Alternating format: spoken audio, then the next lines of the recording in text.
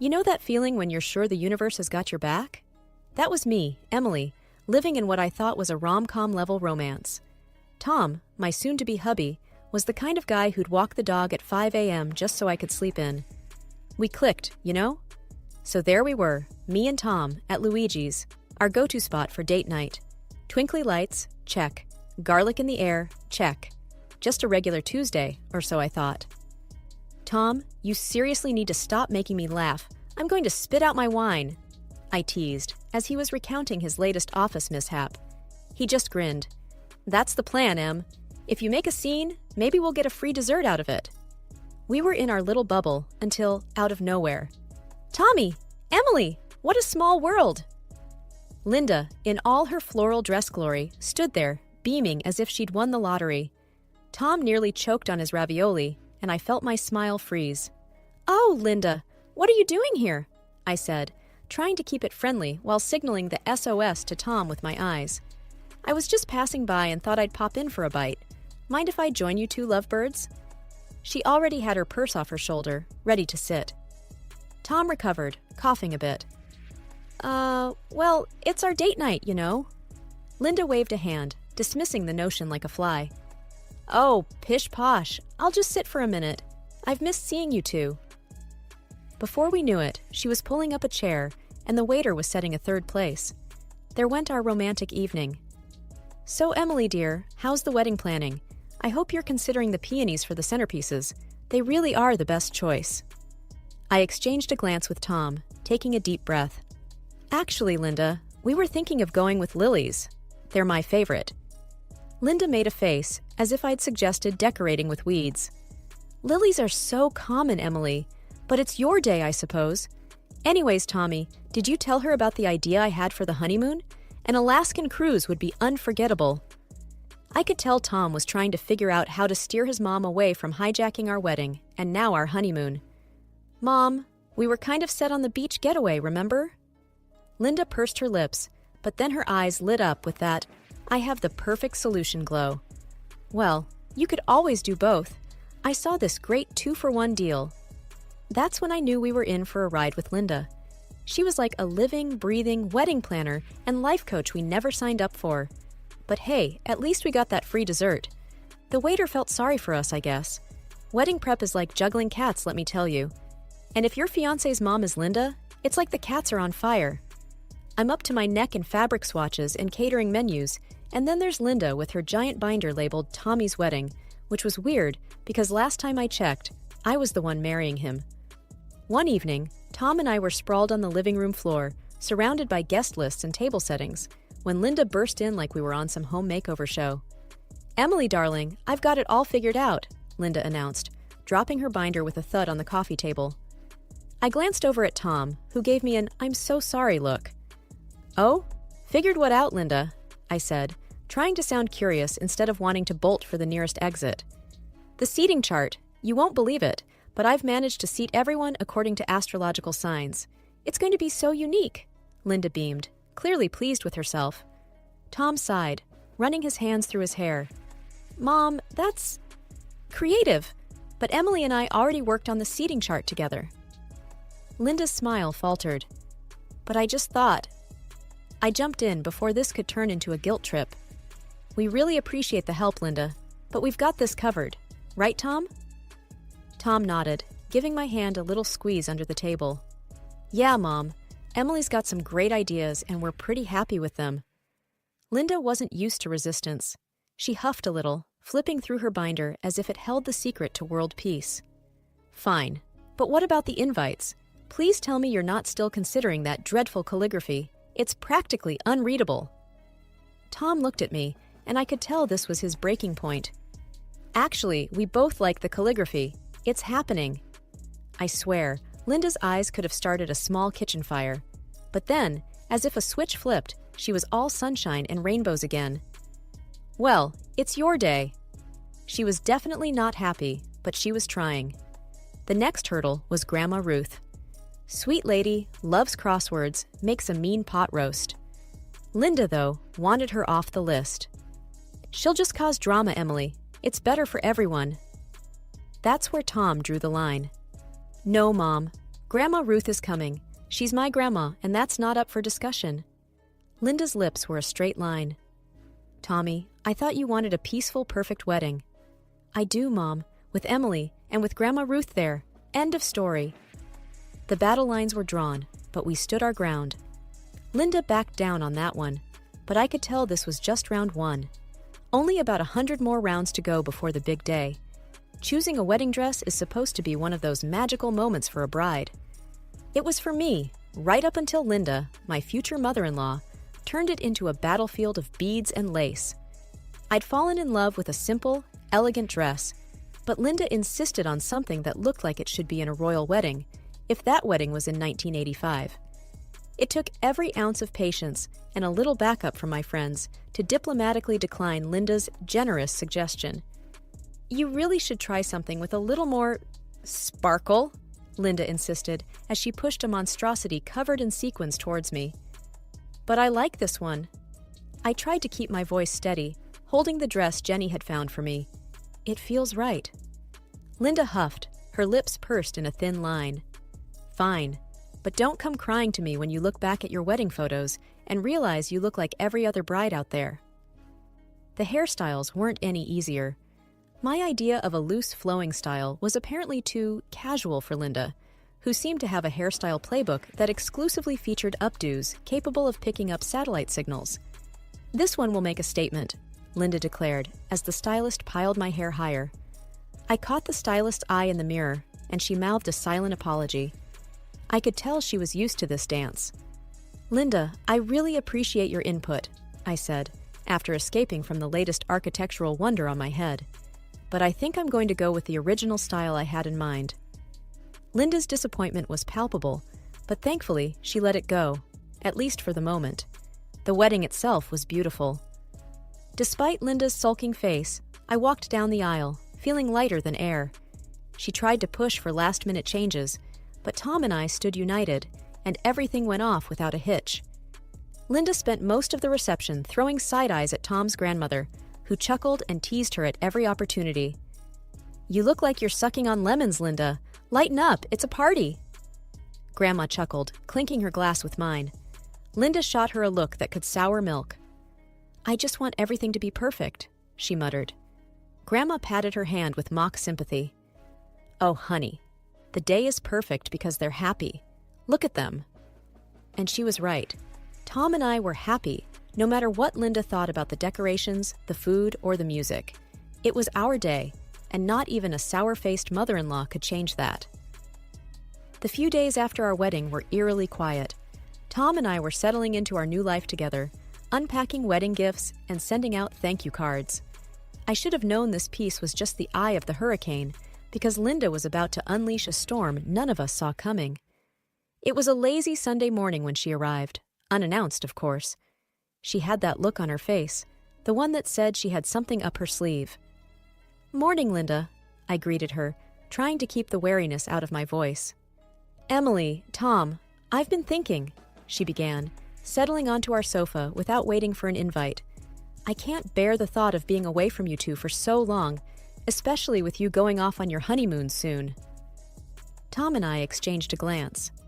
We'll only be gone for 2 weeks, Mom, Tom said, the confusion clear in his voice. That's just it, Linda continued, clasping her hands together like she was about to deliver great news. I've decided to join you. It'll be so much fun. The room was so quiet, you could hear the clock ticking. Join us? On our honeymoon? My voice was flat, disbelief and annoyance warring for dominance. Yes, Linda beamed, oblivious to our shock.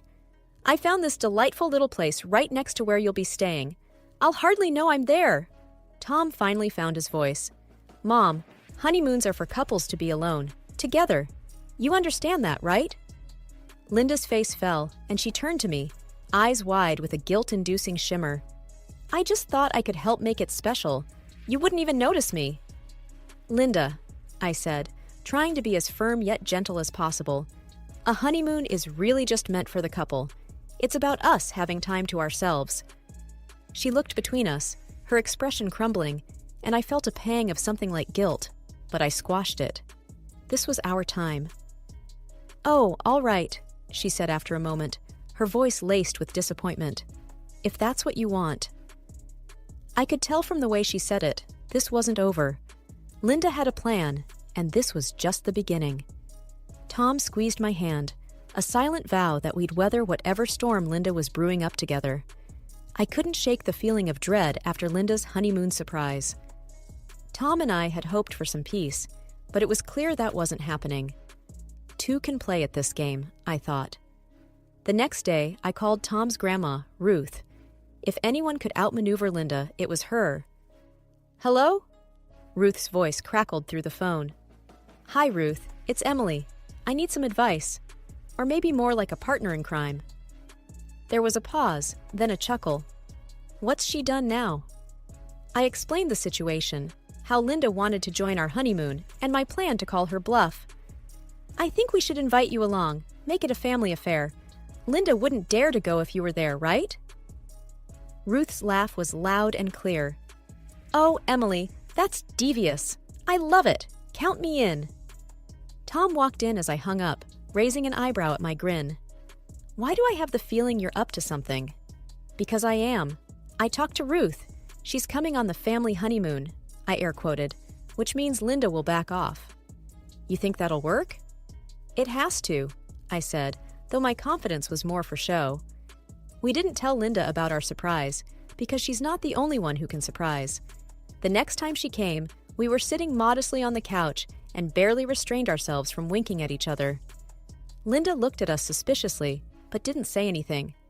She continued to admire the future honeymoon for three, offered a bunch of crazy ideas that were supposed to cheer up. When Linda finally left, promising to get back to us, Tom let out a long whistle. "Think she'll change her mind after all?" "I hope so, for our sanity's sake.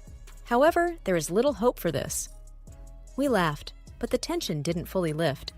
This was just one battle in what was shaping up to be a long war, but at least for now, we had the upper hand.